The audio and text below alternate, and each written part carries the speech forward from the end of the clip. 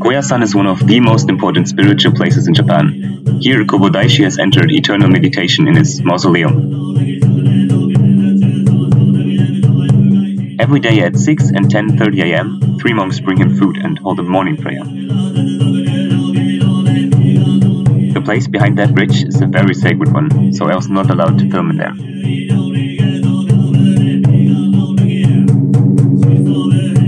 But my journey starts somewhere else. 6 days earlier, I started walking from my dormitory in Hidakata City. My goal was to walk the Kōbō Daishi no Michi, or as it is called in recent years, the Kōbō Trail, which connects Yoshino in Nara Prefecture with Koyasan in Wakayama Prefecture. Those two places are roughly about 55 kilometers apart, that is on the map at least. In reality, there are still about 3,000 meters of total elevation in between. I began my journey in Yoshino at Kinpun-zenji, the Shugendo head temple, where I even met Yamabushi monks, walking from temple to pray and beg for alms.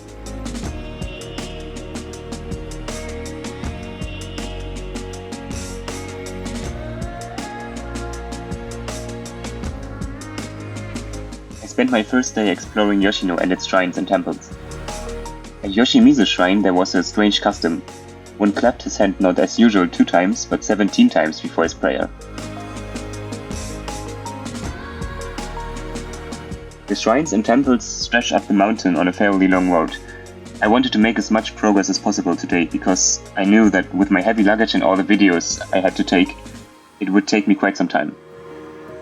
So I soon made my way up the mountain.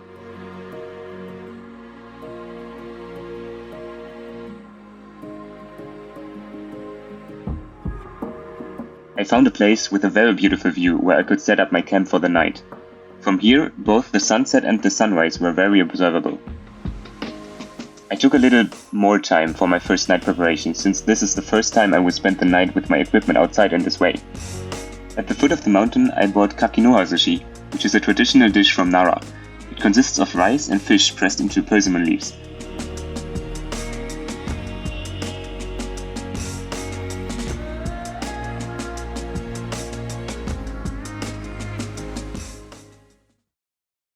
Since I am now bound to the daylight with my sleep schedule, I slept very early yesterday, and could thus pack my things and leave early today. I had planned to walk at least 15 kilometers today so that I would reach Koyasan on time on Thursday, but the huge elevation changes quickly showed me that, even though the scenery was beautiful, I could not take this trip lightly at all.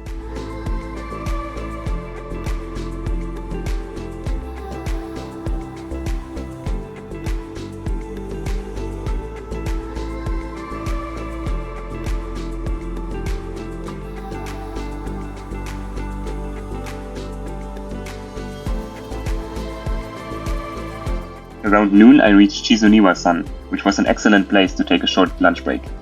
However, the break turned out a little longer than I intended.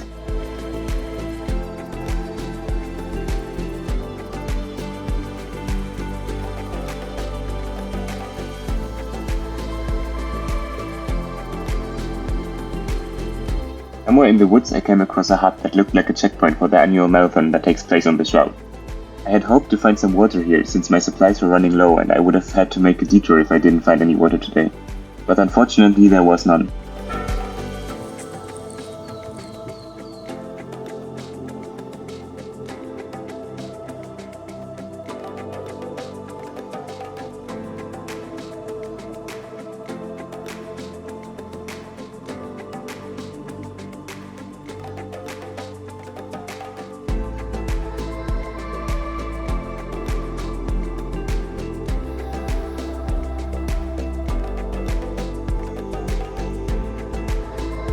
My journey continued, and there were even some interesting sections where the slope was so steep that I had to climb it with a rope.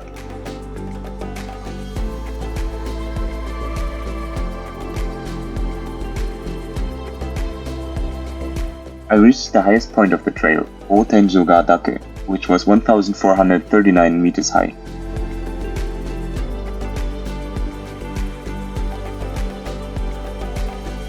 On the way back down, I reached the entrance to Mount Omine, the only remaining mountain that women are not allowed to continue climbing for religious reasons.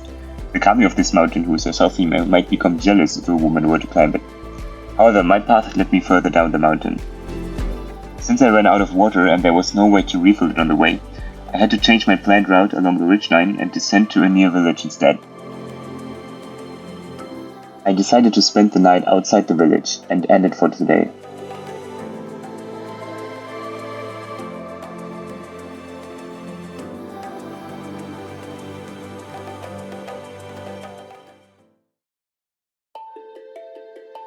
For the fact that I went to bed very early as usual, I slept very long, almost 12 hours.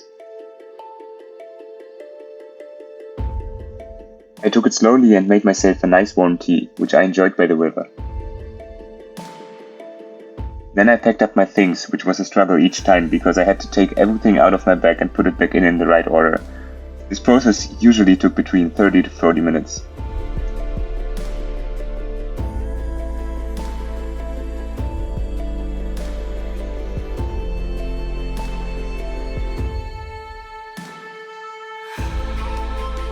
After all of this was done, I was finally able to resume walking. But I soon stopped again to refill my water supplies, which I had used to make my dinner and morning tea.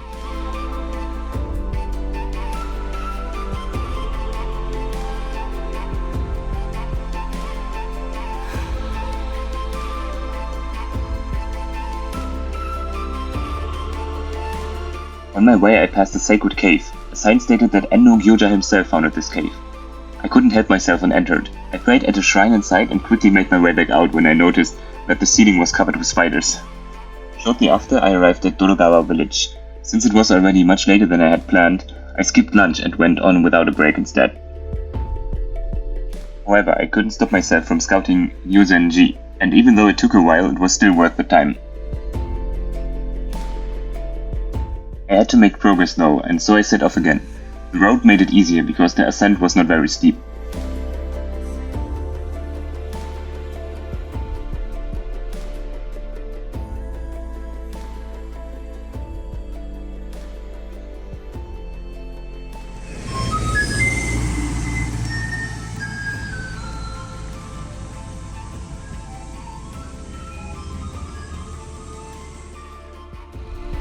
I passed another small village and made my way up the mountain as far as possible without getting too far away from the water to start again in the morning with full reserves. Since I had no lunch, I ate my cold tortilla for dinner instead, along with my usual instant miso ramen.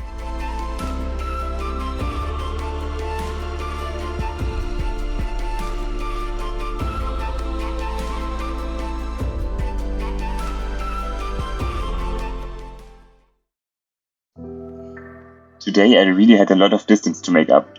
Tomorrow I had to arrive in Koyasan for my already booked night tour and accommodation, but due to detours and short walking days, I still had more than half the way to go.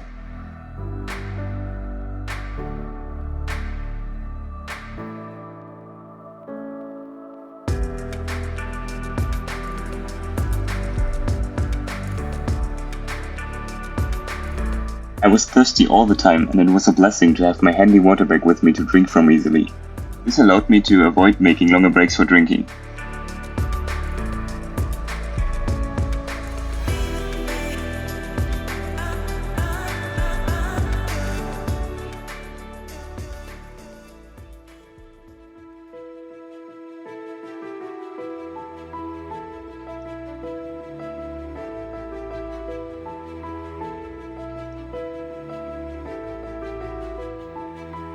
It started to rain a little, which later became more and more.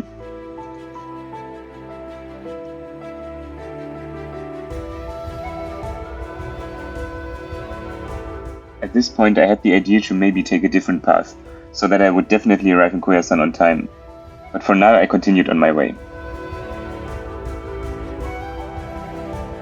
Slowly the atmosphere changed and it became more and more misty.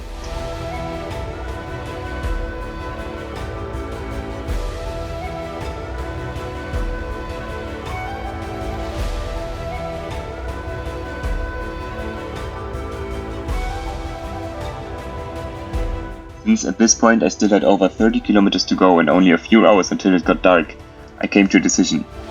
I would leave the trail, descend the mountain, and take a bus to Koyasan in the next village. Otherwise, I did not see how I should still arrive in time the next day.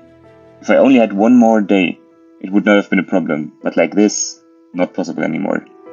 I had taken the journey way too lightly from the beginning, and so I gave up. But shortly after, the path suddenly ended. With no visible path or clear markings, I had no chance and had to turn around and continue my way on the pilgrimage. I didn't know what to do, so I decided the only option I had was to just keep walking until I had a better idea or my feet wouldn't carry me anymore. I had a water shortage, yet again, so the rain was just what I needed. I stopped at a puddle and filled my reserves back up. With the help of my water filter, the water was surprisingly drinkable. After that, it quickly got darker and darker and I had to use my headlamp. Despite this, I could see a maximum of 5 meters in front of me and had to be extremely careful not to slip on the leaves which were still wet from the rain. At least it had stopped raining.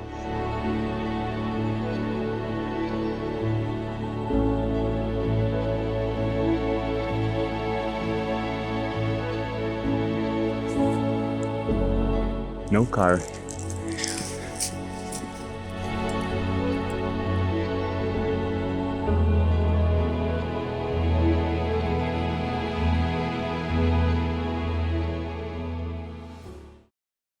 I had the worst night yet.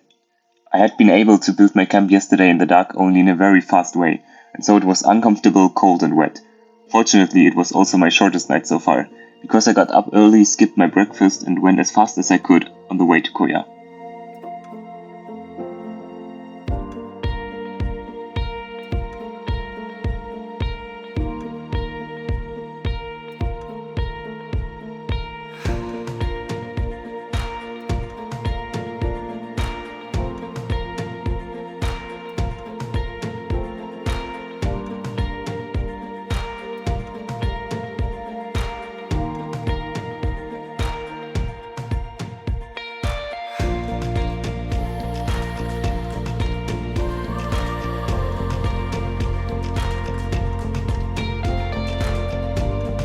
And then, at noon, I finally reached Koyasan.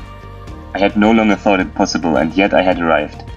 I still had a few kilometers to run through Koya, but this was now the final sprint. I really did it.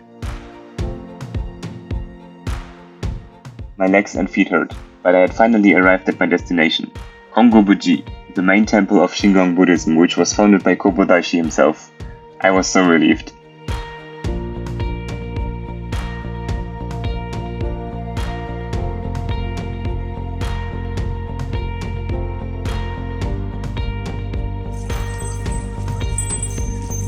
In the end, I set out on this journey to understand what drives so many people to undertake such a spiritual journey, and hope to be able to find a reason for myself.